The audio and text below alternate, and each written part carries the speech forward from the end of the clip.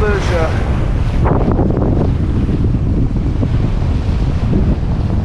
There's Martinique up there.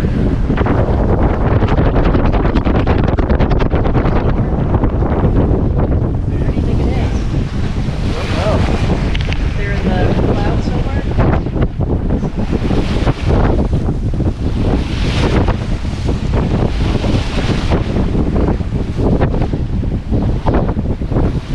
Wake me when we get there. Okay. So one of the nice things as we're getting further north from Grenada is that the sailing angles are getting better as we come around the turn in the Caribbean island chain, the Windward and Leeward Islands. It's making for much better sail angles. Instead of beating straight into the wind, we're able to get beam reaches like we have now. Just a little bit of a close reach right now, but it's a fast close reach.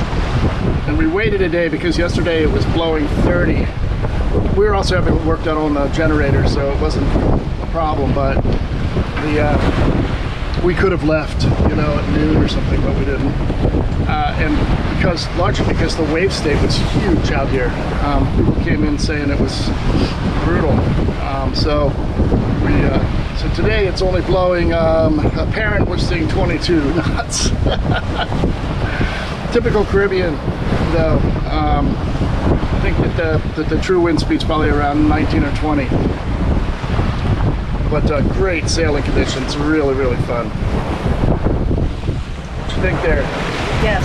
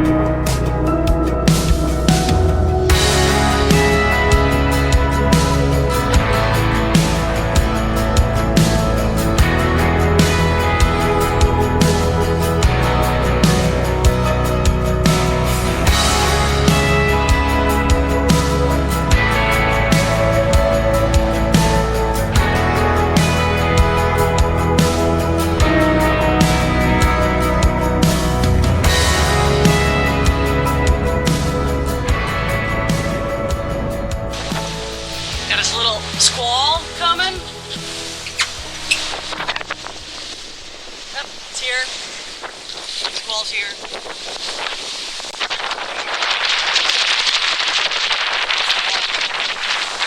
We've learned to respect these little squalls that can be violent. We're already seeing 26 knots. Keep the sail area small as best we can.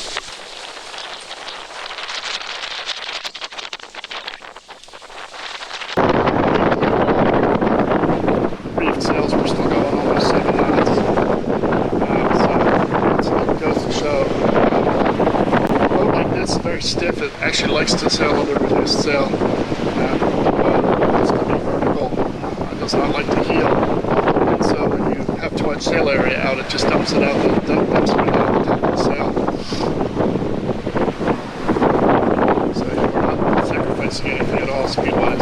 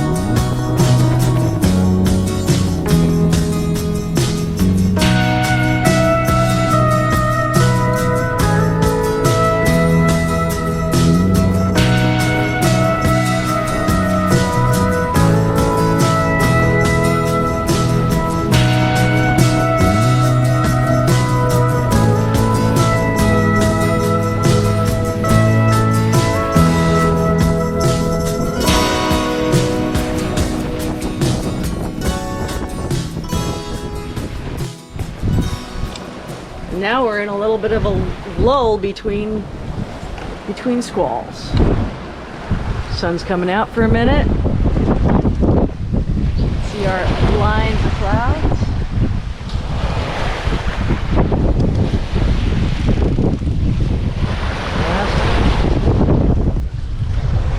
So, but of course there's another one lined up, and this one's bigger than the first, quite a bit bigger.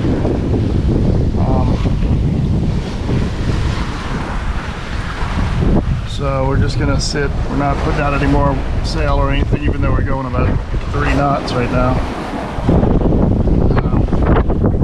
You can see white caps upwind of us, and that's what you do during the daylight hours. You're always looking upwind to try to see if there's any change. When a squall like this comes, it'll be a change for sure. It'll be a change, all right.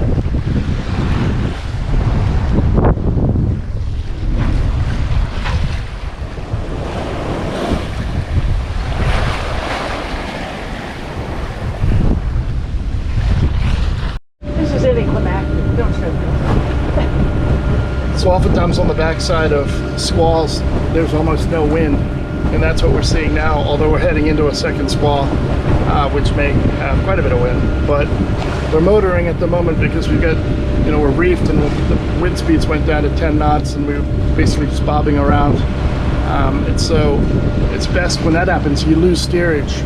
If we go below 2 knots or 2.5 knots, the rudder starts, you know, the autopilot starts spinning the wheel side to side, trying to steer the boat. And we're not a race boat. If we were a race boat, the skipper would be yelling to put more sail out, and then they pull it in the second that they saw the you know, wind shear occurring. But here we come. I think this is probably the rainy part. Wind's up to 20.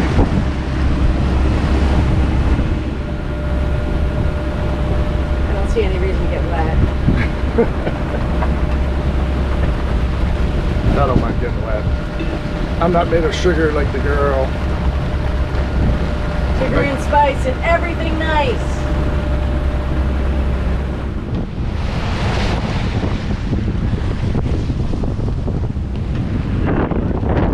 It's passing us up to port.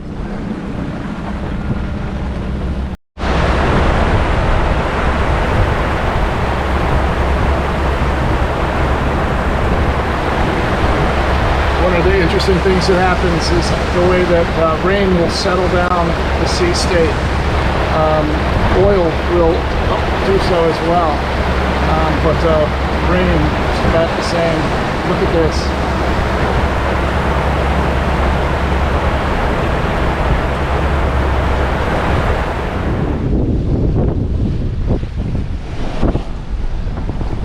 So we're through to the other side. Martinique up there. Still got some upper clouds, but wind speed is good, and so is boat speed. So see about 20 knots of apparent wind, and we're cruising along, back on schedule.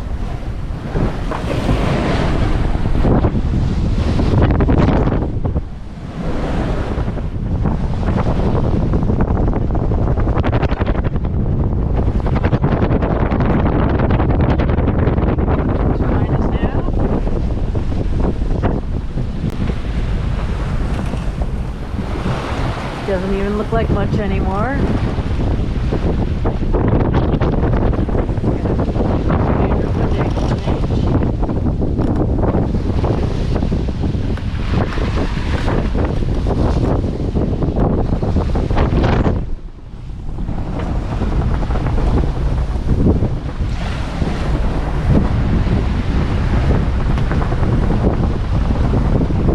How's the sailing doing, Captain?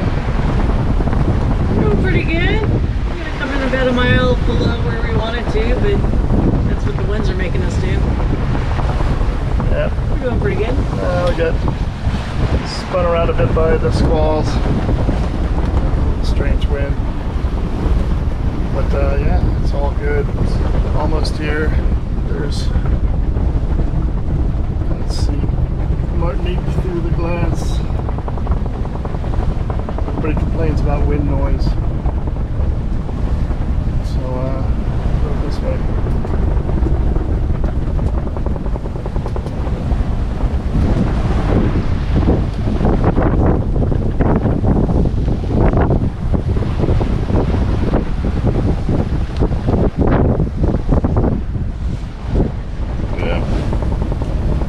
Though Wendy managed to get us upwind enough to actually sail into the harbor, which was a piece of sailing because we're easily half a mile, 3/4 of a mile below the run line. And of course, the closer you get to your destination, the harder it is to make that ground up. So good job. Aye, aye, sir. Well, she's a good sailor. Very, very good sailor.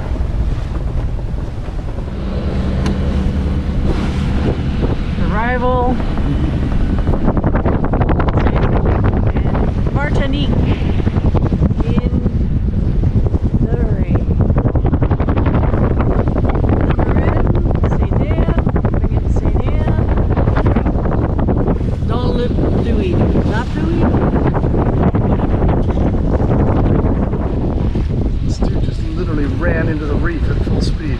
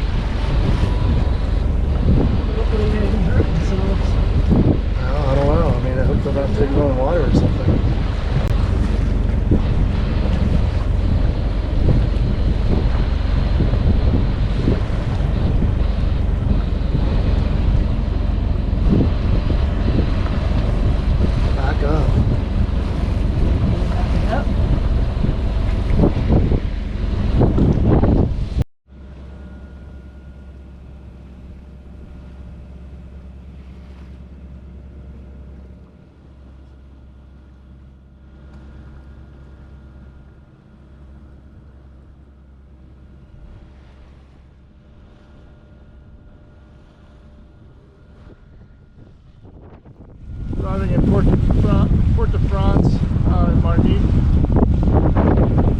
Bit windy as usual. So we're going to anchor out here and just kind of take in the city and see how it is. And it is a proper city, I think. Quite a big town. Major port for France.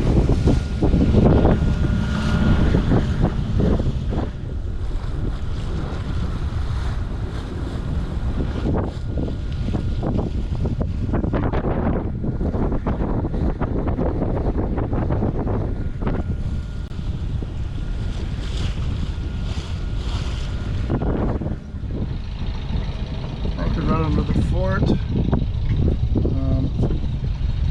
About 40 meters of chain and 10 meters of water. Should be good. We got good holding.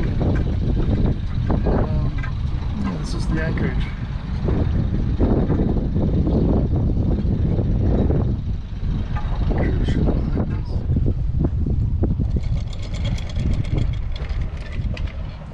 Wendy's throwing the snubber on out there.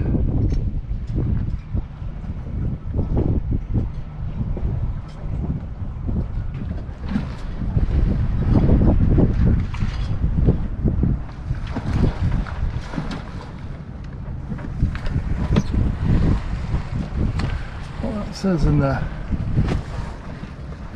guidebook that this area's got a lot of ferry traffic and kind of anticipated. At night. Yeah, but it won't be at night. Downtown Port de France.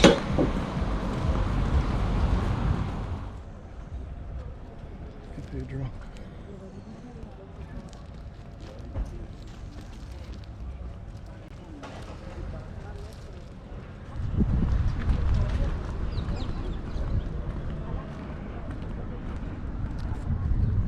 So as it turns out, the French are like the Spanish. We get here in Martinique and they don't even start having dinner until 9 o'clock at night. Which is kind of a problem because it's only 5 now. And 9 o'clock's a long way off. We have to figure out something to do. Maybe drink. What? Drink?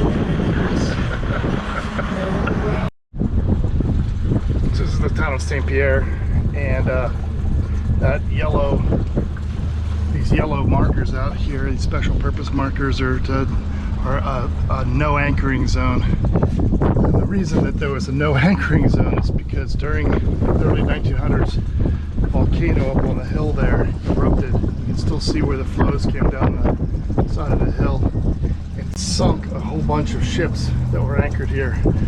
This was at one point their largest port in Martinique,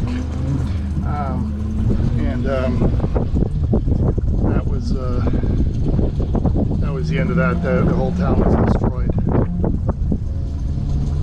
So now we anchor out here. It's better anchored out here anyway. It gets very, very steep off the beach.